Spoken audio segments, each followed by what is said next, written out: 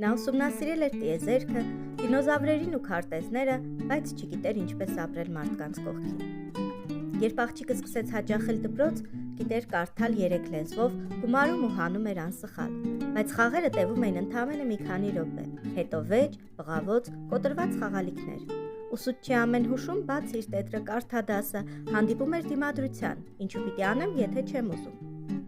Ցանկացած լարվածություն նրան հուզում էր, հետո դարձնում ագրեսիվ։ Թվում էր, երեխան մեծանում է անբարենպաստ միջավայրում, բայց իրականում ծնողները պաշտում էին նրան։ Կարդացել էին տասնյակ գրքեր դրական ծնողավարման մասին ու անվերջ փորձում էին փրկել երեխային ճնշումից ու հիասթափությունից։ Բայց մեդալը երկու կողմ ունի, սիրո հետ մեկտեղ անհրաժեշտ են սահմաններ։ Մենք սկսեցինք ծնողներից, նրանք արդեն ստանում էին մտահոգիչ արձագանքներ դպրոցից ու այլ ծնողներից։ Խոսեցինք հստակ, խնդիր կա, մենք գիտենք ինչ անել եւ մենք ձեր կողմից ենք։ Երեխային սովորեցրեցինք հույզերը ճանաչել եւ արտահայտել, ոչ թե հարվածել։ Հետո եկան պարզ կանոններն ու հասկանալի սահմանները։ 2 տարվա համատեղ աշխատանքից հետո երեխան սկսեց ճանաչել ինքն իրեն ու տեսնել դիմացինին։ Սահմանները դարձան ոչ թե պատիժ, այլ հենարան ու ուժի աղբյուր։